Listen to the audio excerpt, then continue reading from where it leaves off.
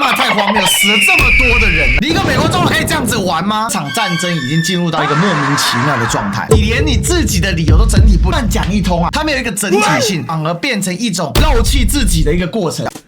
Ladies and gentlemen, welcome the host.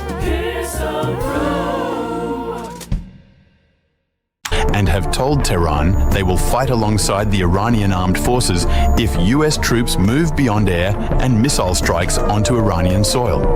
The reports describe the ongoing US-Israeli war against Iran as a religious war.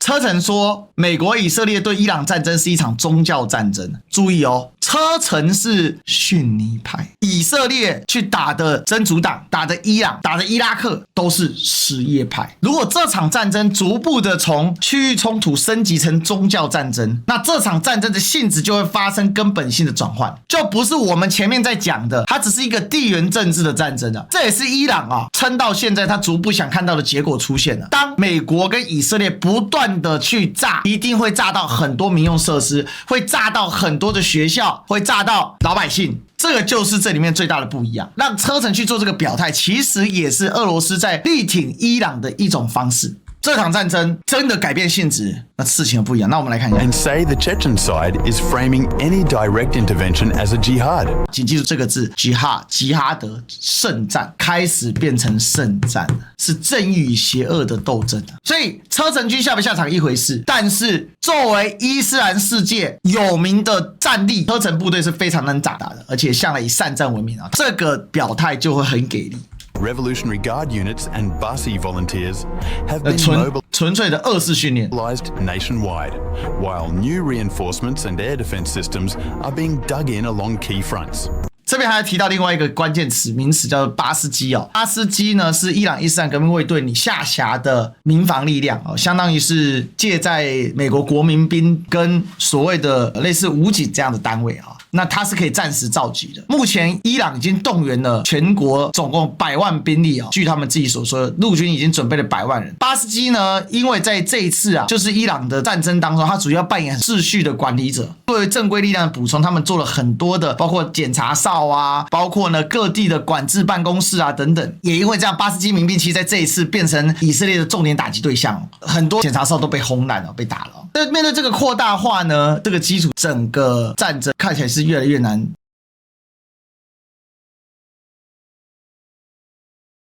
川普啊發表了一個全國電視講話，總時長大概15分鐘多。他呢闡述了這場伊朗戰爭呢是什麼樣的概念。We want to get unbelievable afternoon. As we speak this evening, it's been just 1 month since the United States military began Operation Epic Fury, targeting the world's #1 state sponsor of terror. 他現在依然把這一場戰爭形容成為就是一場對抗恐怖主義贊助國。但是他不願意用 war， 他依然叫做 Operation Epic Fury， 所以他這個是一場反恐作戰。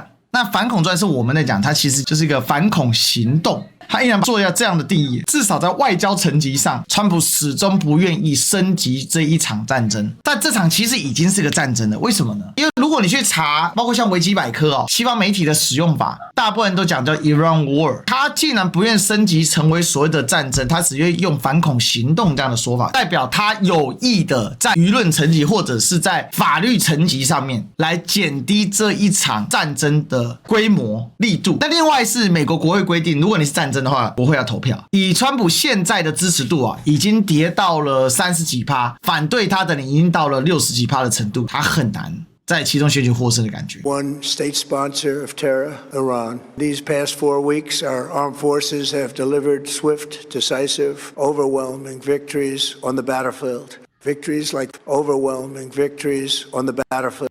Victories like few people have ever seen before. Tonight, Iran's navy is gone. Their air force is in ruins. Their leaders, most of them terrorist regime they led, are now dead. Their ability to launch missiles and drones is dramatically curtailed, and their weapons, factories, and rocket launchers are being blown to pieces. 這句話嚴重的刺激伊朗，你等下看。Very few of them left. Never in the history of warfare has an enemy suffered such clear and devastating large. Never in the history of warfare has an enemy suffered such clear. 在戰爭史上，沒有任何的敵人受到如此的清晰的苦難。但是這裡有一個很好搞笑的事情，你不是說這不是個戰爭嗎？你怎麼突然要提出戰爭史啊？ Our enemies are losing in America, as it has been for 5 years under my presidency, is winning, and now winning bigger than ever before. Before discussing this current situation, I also want to thank our troops for the masterful job they did in taking the country of Venezuela in a matter of minutes. That hit was quick, lethal, violent, and respected by everyone all over the world.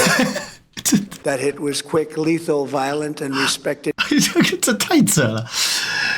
全世界上普遍的認可，認真嗎？你的這個流金谷啊，你的霍爾木茲海峽的所謂被封鎖的事情，你說要打開 Open Hormuz， 到現在沒有人去理你，他是夢到哪去了 ？By everyone all over the world. After rebuilding our military during my first term, we have by far the strongest military anywhere in the world. My first term, we have by far the strongest military anywhere in the world. And now we're working along with Venezuela and are in a true sense joint venture partners. We're getting along incredibly well in the production and sale of massive amounts of oil and gas, the second largest reserves on earth after the United States of America. We're now sale of massive amounts of oil and gas, the second largest reserves on earth after the United States of America. 我的天哪，天哪，川普都在亂講話。他說委內瑞拉有第2大的全球儲備，僅次於美國。不是，世界最大石油蘊藏國是誰？第一是俄羅斯，第2的應該是伊朗，第3好像是卡塔爾，但是絕對不是美國。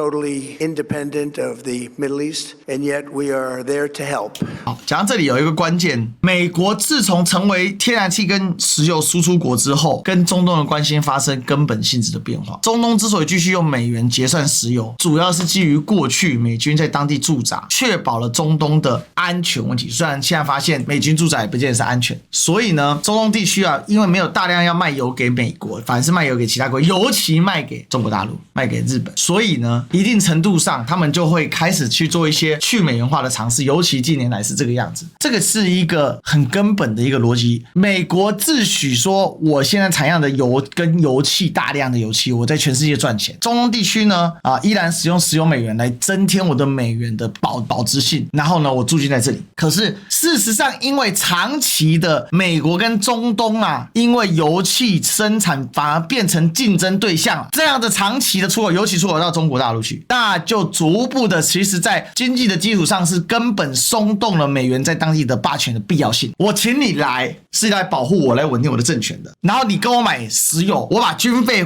補給你。本來這是一個正循環，所以為什麼本來中東地區跟美國綁得非常非常的緊？很有趣的事情是什麼呢？在像沙烏地阿拉伯，他們出產的最多的恐怖分子啊。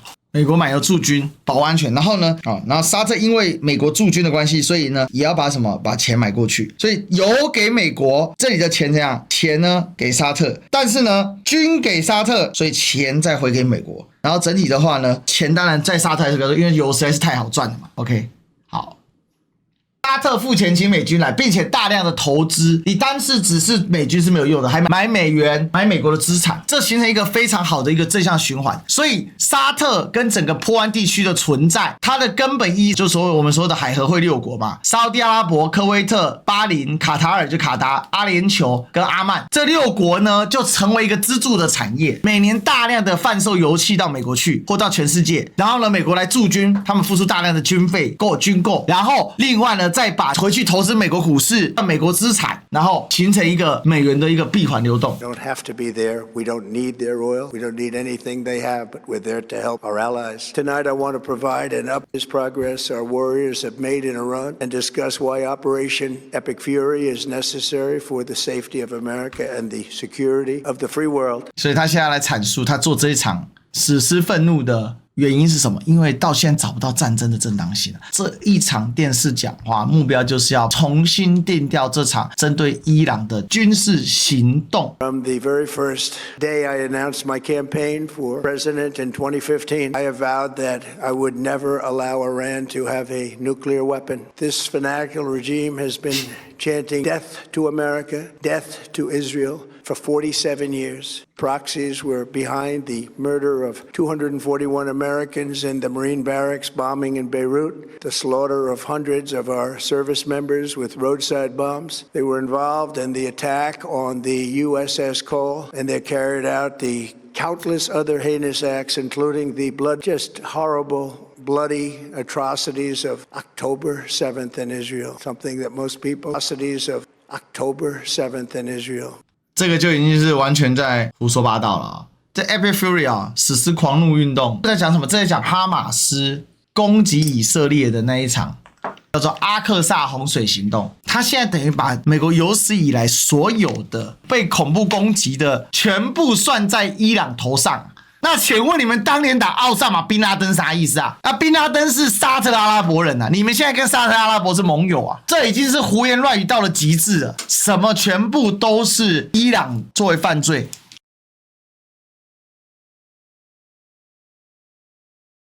Something that most people have never seen anything like it. This murderous regime also recently killed 45,000 of their own people who were protesting in Iran. 45,000 dead. 哇，這個數字又升級了哦。伊朗國內數字是6000，就上次大巴扎抗議，伊朗國內數字是6000，是哈梅內伊親自講的。國際統計大概是3萬，他自己又加，這到底這個數字我都沒看過這個數字，自己又加50%，這實在是怎麼搞啊？太誇張。For these terrorists to have nuclear weapons would be an intolerable threat. The most violent and thuggish regime on earth would be free to carry out their campaigns of terror, coercion, conquest, and mass murder from behind a nuclear shield. I will. 所以他把所有恐怖暴行都算在伊朗頭上，然后伊朗敢這麼樣囂張這樣做，是因為他有核保護傘。哇塞，這新的定義耶！哇塞，這太扯了吧！他在這隨便唬爛都可以這樣子講的嗎？ That happened, and neither should any of our past presidents. This situation has been going on for 47 years, and 太扯了！哎，什麼時候伊朗才開始發展核武器？從伊朗伊斯蘭革命開始嗎？2伊戰爭打完之後，伊朗才覺得說他必須要有東西傍身保護自己啊。他這整個定調很清楚，你知道嗎？他邏輯啊，他的邏輯鏈就這樣。因為伊朗是所有殘暴的發生地，叫美國去死。因為伊朗伊斯蘭革命推翻的就是美國所支持的巴勒維政權，而巴勒維政權當時為什麼會被人家推翻？是因為你巴勒維政權太腐敗，而且濫用暴力嘛，社會分配不均嘛，所以人家才會推翻美國的時候，順便喊 Death to America， 然後他們就積極制裁伊朗伊斯蘭革命政權，制裁47年。但是呢，這47年他就說所有的恐怖主義伊朗幹的，你敢這樣幹是因為你有核保護啊，你敢這樣子做是因為從47年前你們推翻了巴勒維王朝，你們就已經制造了核保護傘。Should have been handled long before I arrived in office. I did many things during my 2 terms in office to stop the quest for nuclear weapons by Iran. First, perhaps most importantly, I killed General Qasem Soleimani. He was an evil genius, brilliant person, a horrible human being, however, the father of the roadside bomb, and he lived just horrible what he did. Iran would have been perhaps in far better, stronger position. He lived. 所以他現在在強調他的邪惡屬性，把伊朗伊斯蘭革命衛隊強調成所謂的恐怖分子，徹底的把整個伊朗跟恐怖主義做連接。所以這一場戰爭他們要開始定調成反恐戰爭了，反恐行動。We would have had probably a different conversation tonight. But you know what? The Iran deal would have led to a colossal arsenal of massive nuclear weapons for Iran, and they would have had them years ago, and they would have used them. It would have been a different world. They led with their mission to arsenal of massive nuclear weapons for Iran. They would have had them years ago, and they would have used them. It would have been a different world.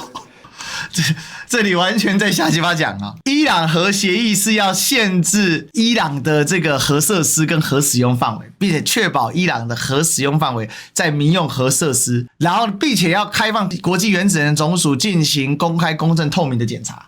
但是他這裡把伊朗核協議倒過來講說，這個核協議是奧巴馬打了錢，打了10幾億美元給伊朗去發展核武，所以伊朗會有核武。那你不是前言不對後語嗎？你不是說恐怖分子是因為伊朗有核保護傘，所以他們躲在伊朗為所欲為嗎？所以伊朗才敢做這件事。那你現在要說你阻止了他的核武啊，不然你到底是怎樣？ Been no Middle East and no Israel right now, in my opinion, the opinion of a lot of great experts. Had I not terminated that terrible deal, I was so honored to do it. I was so proud to do it. 我跟你講哦，整個伊核協議的破局是整個伊朗開始暴走的開始。伊核協議破局之後，伊朗伊斯蘭革命衛隊就非常非常確認一件事情。不做充分戰爭準備，遲早一天戰爭臨身你就完蛋。伊朗的軍事高層，特別是伊斯蘭革命衛隊的高層，就有人判讀出來：你如果不做充分準備，戰爭遲早要開打。So bad right from the beginning. Essentially, I did what no other president was willing to do. They made mistakes, and I am correcting them. My first preference was always the path of diplomacy, yet the regime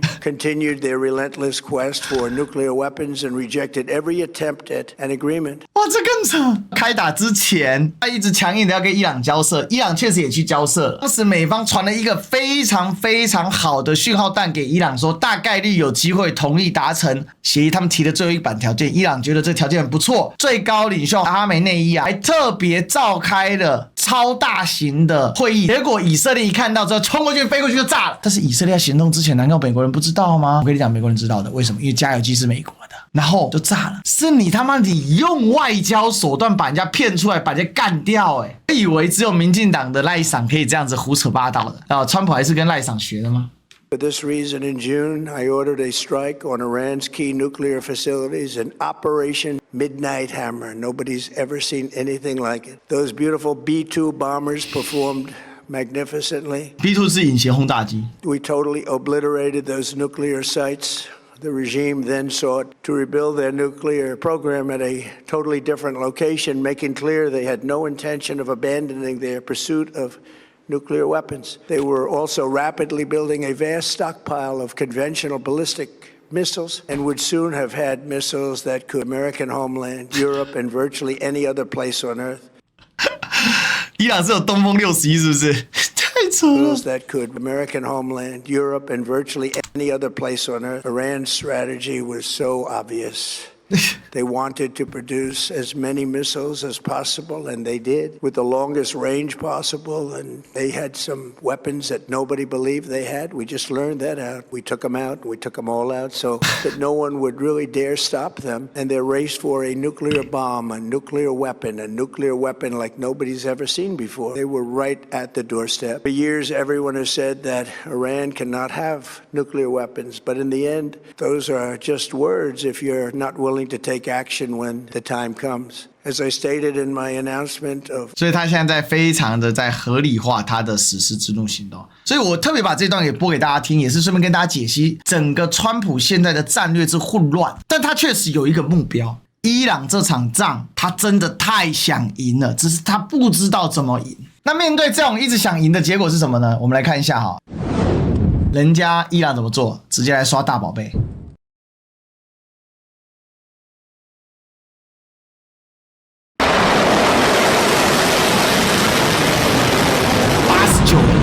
今天動用上百人，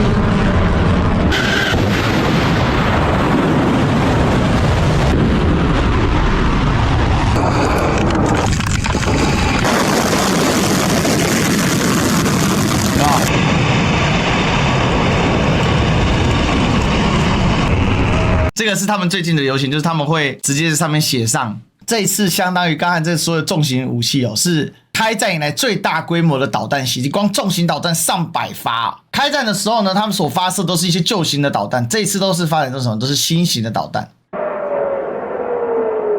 這是飛到以色列那邊去了。胡塞還沒上嘛？在伊朗的這個抵抗之後，再度的串聯起來了。伊朗的對手們戰力是很脆弱的，整個美國在打這場仗幾乎是亂講一通啊！你一個全國電視演講要定這個調，看起來調子要定什麼？伊朗是恐怖國家，是恐怖分子，他可以打到全世界，他因為有核保護傘，所以呢可以幹掉他。可是你又一邊說，你看我拆掉他的核保護傘，這就是川普贏學最大的毛病跟弊病啊！因為他的贏是屬於破碎的贏，所以變成說他今天這場其實是要做一個總結他為什麼要打伊朗，還有他接下來伊朗要打到哪裡？結果他的總結反而變成一種漏氣自己的一個過程，自證的過程。美國繼續想上強度，可是強度又上了一半，他沒有一個整體性，你連你自己的理由都整體不了。這場戰爭已經進入到一個莫名其妙的狀態。